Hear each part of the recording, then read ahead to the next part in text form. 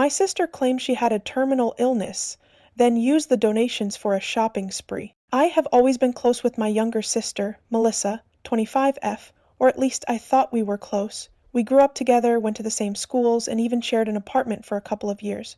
She was always a little dramatic, but I figured that was just part of her personality. I never would have imagined that she'd take it this far, lying about something so serious, manipulating everyone around her, and scamming people who genuinely cared about her. It all started one evening when Melissa sat me down, looking absolutely devastated. Her hands were shaking, and she kept taking deep breaths, like she was trying to keep herself from breaking down completely. "I don't know how to tell you this," she said, her voice barely above a whisper. "I just got back from the doctor. They found something." My stomach dropped. "What do you mean? What did they find?" She wiped at her eyes. "I have cancer." I felt like the air had been sucked out of the room. "What?" She nodded. "Stage 4.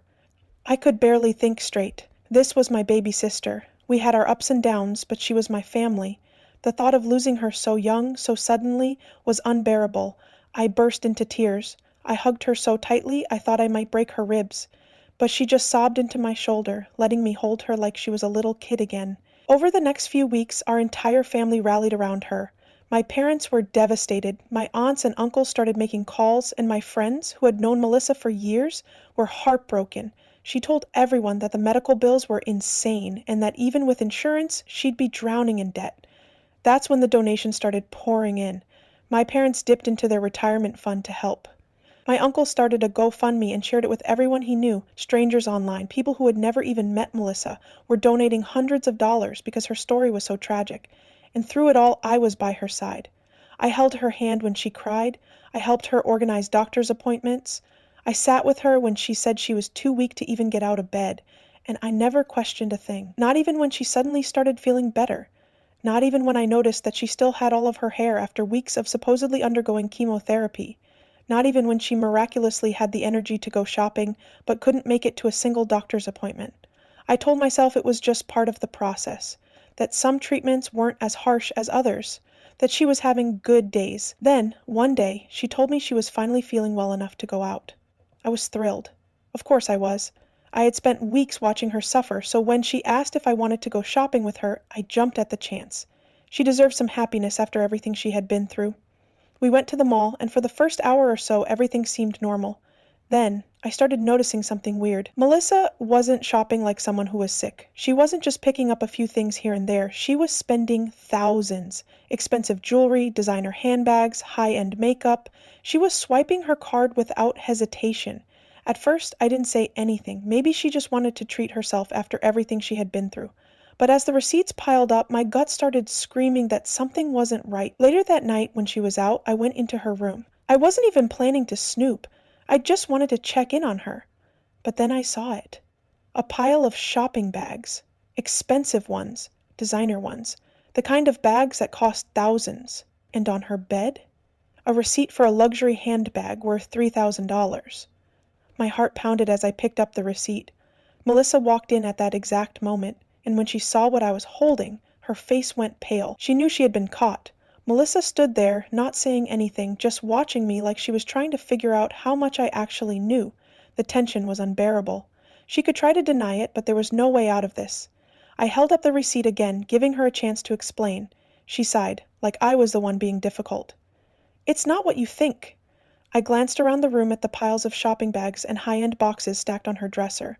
"Then explain it to me, because it looks like you've been using donation money to fund a shopping spree." She let out a breath, shaking her head like I was overreacting. "I needed this. You don't understand how hard it's been. Do you have any idea what it's like to go through something like this? The stress, the anxiety, wondering if you'll even make it?" The way she was talking, I almost believed her for a second. But I had spent weeks taking care of her, worrying about her, losing sleep over her. I had seen her live her life completely normally when she thought no one was watching. I had waited for her after doctor's appointments that never actually happened. "What exactly are you going through, Melissa? Because now that I think about it, you never actually told me what kind of cancer you have." She blinked a few times, like she hadn't expected me to ask that. "I told you, it's complicated." "Right," I said. "So complicated that there's no paperwork, no doctor's notes, no prescriptions?" She scoffed. "I can't believe you don't believe me." I didn't respond. If she had proof, she would have thrown it in my face by now. Instead, she was acting offended. like that was supposed to distract me from the fact that she had nothing. I picked up my phone and opened the GoFundMe page my uncle had set up for her. Thousands of dollars in donations. Messages from people pouring out their love and support. Friends, family, strangers, all of them thinking they were helping someone in desperate need. I turned the screen toward her. These people gave you money because they thought you were fighting for your life. What do you think they're going to say when they find out you spent it on designer handbags? She barely even looked at the screen. No one forced them to donate.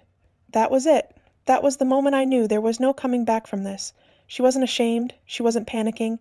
She wasn't even trying to justify it anymore. She just didn't care. I scrolled through the comments, reading them out loud. "You're so strong, Melissa. Stay positive. I lost my sister to cancer last year. I wish we could have helped her the way we're helping you. Anything to help, even if it's just a little bit."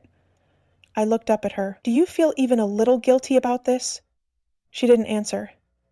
"Mom and Dad used their savings to help you," I said. "Uncle Rob put his name on this fundraiser. Everyone who loves you gave what they could because they thought you needed it. And the whole time you were spending it on clothes and jewelry?"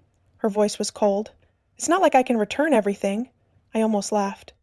"Are you serious? That's what you're worried about?" She crossed her arms, looking anywhere but at me. "If you tell Mom and Dad, it'll kill them." "Oh, you mean the same parents who have been worried sick about you? The ones who said they'd sell the house if they had to?" She swallowed hard. "Please."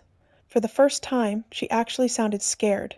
Not because she regretted what she had done, but because she knew exactly what would happen when the truth came out. And honestly, she should be scared, because I wasn't just telling Mom and Dad, I was telling everyone. I didn't wait. As soon as I left Melissa's room, I went straight to our parents. If she thought I was going to keep her secret, she was out of her mind. They were in the kitchen, sitting at the table, looking exhausted. I felt a pang of guilt because I knew exactly why they looked that way. Melissa had been putting them through hell for weeks, making them believe they were about to lose their child. Mom looked up first. "Hey, sweetie, everything okay?" I set my phone down on the table and pulled up the GoFundMe page. "No, it's not." Dad frowned. "What's going on?" I hesitated for half a second, knowing that once I said the words, there was no taking them back. But Melissa had already taken too much from us. She didn't deserve my hesitation. "She's lying," I said. "Melissa isn't sick." They both just stared at me. Mom shook her head. "What are you talking about? Of course she's sick. We've seen her—" "No, we haven't," I interrupted. "We've seen her act like she's sick. But have either of you ever been to a doctor's appointment with her? Have you seen a single medical bill? Any prescriptions?" Dad's face darkened. "She showed us paperwork." "She showed you a printed out hospital logo and a bunch of medical terms she copied off the internet," I said. "I went into her room. She has thousands of dollars worth of clothes, handbags, and jewelry, all bought with the money people donated." Mom looked at me like I had slapped her. "That's not possible." I pulled up the receipts I had taken pictures of and slid my phone across the table. "It is." Dad scrolled through the photos, his face getting redder by the second. "This has to be a mistake." "It's not." I took a deep breath, steadying myself. She admitted it. Silence. Mom covered her mouth with her hands, her whole body shaking. Why would she do this? That was the worst part. There was no reason, no tragic backstory, no desperate situation that led her to this. She just wanted money, and instead of working for it, she found a way to manipulate everyone around her into giving it to her for free. Dad stood up so fast his chair scraped against the floor. "Where is she?" I didn't even have to answer. Melissa must have heard us talking because she came strolling into the kitchen, acting like nothing was wrong. "Wow," she said. "Way to betray your own sister." Mom's head snapped up. "Is it true?" Melissa's expression changed just slightly, but I caught it. For a split second, she looked nervous. Then she straightened her shoulders. "I don't know what she told you, but she's exaggerating." Mom's voice cracked. "Melissa, just tell me the truth." She exhaled, like this was all some massive inconvenience for her. "Fine, whatever. Yeah, I lied." Mom gasped, her hands trembling. I needed the money," Melissa said. "I was broke, and no one was helping me, so I figured why not." I couldn't believe what I was hearing. "Are you serious? You didn't just figure why not. You convinced our entire family that you were dying. You let them cry over you. You let them drain their savings for you," she scoffed. "It's not my fault people are stupid enough to believe everything they hear." Dad slammed his fist on the table. "Melissa, you scammed your own family." "Oh, relax," she said. It's not like I can give the money back." Mom looked absolutely wrecked. "You have to. You have to return what's left and tell everyone the truth." Melissa actually laughed. "Are you joking? You want me to go online and announce that I scammed a bunch of people? No thanks." Dad's hands curled into fists. "You don't have a choice." She crossed her arms. "Yeah, and what are you going to do about it?" I didn't even hesitate. "Report you for fraud?" That got her attention. She turned to me, her face twisting in panic. "You wouldn't!" I held her gaze. "I would, and I will." Melissa looked like she had stopped breathing. Her hands were clenched so tightly her knuckles turned white. "You wouldn't," she repeated, like saying it again would make it true. I didn't blink. "I would, and I will." Mom still looked like she was trying to process everything, but Dad, he was furious. His face was red, his hands were shaking, and I could tell he was barely holding it together. "You are going to return the money," he said. "Every last cent." Melissa let out a short, disbelieving laugh. "That's not possible. I already spent most of it." Dad's chair scraped against the floor as he stood up. "Then you'll sell whatever you bought and pay it back?" She took a step back. "Are you hearing yourself? You want me to get rid of everything? That's insane." "What's insane," I said, "is that you let people believe you were dying just so you could buy designer bags." She threw up her hands. "It's not like I can undo it now." "You absolutely can," Dad said, "and you will. Otherwise you're going to jail." Melissa's eyes widened. "You wouldn't." "Oh, don't even try that," I cut in. "You don't get to act like the victim now." She turned to Mom, her voice desperate. "Mom, please. You're really going to let them do this to me?" Mom looked at her for a long moment. "Melissa," she whispered, "how could you do this?" I could see something shift in Melissa's face when she realized Mom wasn't going to defend her. Her whole body tensed, and just like that, the fake tears disappeared. "Fine," she snapped. "I'll return what I can, but I'm not making some big announcement about it. People will forget about this in a few weeks." Dad shook his head. "No, they won't, because you're going to tell everyone the truth." Melissa looked at him like he had just suggested she set herself on fire. "Are you serious? You lied to hundreds of people," he said. "You're going to post a public apology and tell them what you did." She crossed her arms. "And if I don't?" I didn't even hesitate. "Then I go to the police." Melissa's entire body stiffened. I pulled out my phone and scrolled to the fraud tip line I had already looked up earlier. All it takes is one phone call. GoFundMe scams are serious. They'll investigate everything, the bank records, the deposits, where the money was spent. For the first time, she actually looked scared. She glanced at Mom, then Dad, but no one was coming to her rescue. She had spent years manipulating her way out of trouble, but this? This was too big to ignore. "You have 24 hours, Dad said. "Fix this or we take it out of your hands." Melissa stormed out of the kitchen without another word. Mom sank into her chair, looking like she had just aged 10 years. "What happens if she doesn't do it?" Dad exhaled slowly.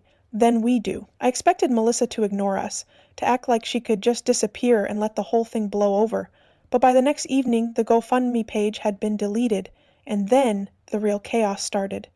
Melissa made a long dramatic post on Facebook spinning the entire thing like she had been misunderstood. She claimed she had never actually said she had cancer, only that she was struggling with a health issue. She said the money had been used for self-care, because she had been mentally exhausted from everything, and of course she played the victim. People weren't buying it. The comment section was brutal.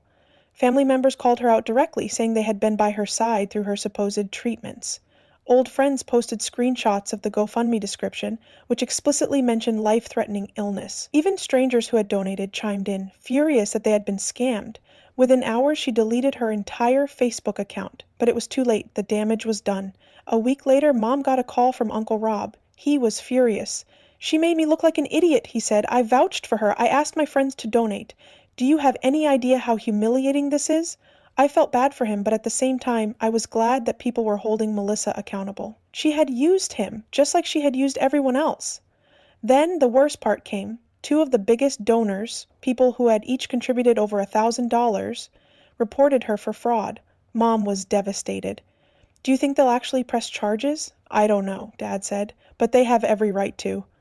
Melissa refused to talk to anyone after that. She locked herself in her room and ignored our parents completely. She must have known that no apology was going to fix this. Then, 2 weeks later, she packed up and moved out. She didn't tell anyone where she was going. She just disappeared. I wish I could say she learned her lesson, but the truth is, people like her never really do. She wasn't sorry for what she had done. She was just sorry she got caught. It's been almost a year now, and as far as I know, Melissa is still estranged from most of the family. She hasn't reached out, and honestly, I don't miss her. The last I heard, she was trying to start over in a new city, but word travels fast. It turns out when you scam hundreds of people out of their money, it's hard to get people to trust you again. As for me, I've moved on. But I'll never forget what she did, and I'll never let her get close enough to hurt me again. She made her choices. Now she gets to live with them.